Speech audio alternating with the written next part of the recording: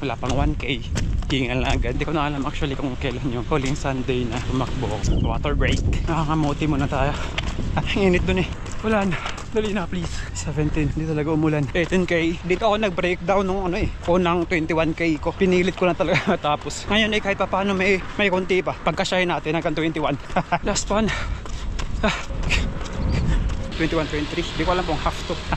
Sa 21. Pangalawang 21K sa loob ng 10 months na yata. 9 months. Hindi ako fan ng long run hanggang 10K lang ako Kung tatanungin ako na dun sa naging experience ko sa first 21K ko, talagang bagsak ako nun Ngayon naman sa totoo lang, nakakapagod pa rin siya.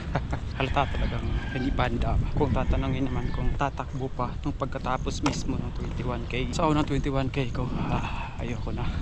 Ngayon pag-isipan ko.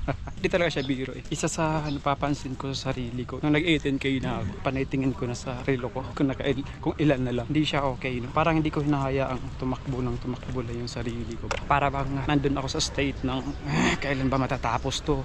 Ang hirap labanan yan. Ang hirap maging beginner yan. Tiis-tiis lang talaga. Pag naka 5 years, 6 years ako dito, basic na lang yun. Kung saan ako pupunta ngayon, cool down lang dito. Pag lang dun sa kabila. Hindi ko alam paano order dun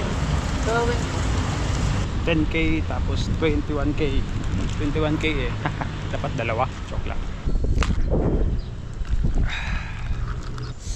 Sarap pala mag-LSD.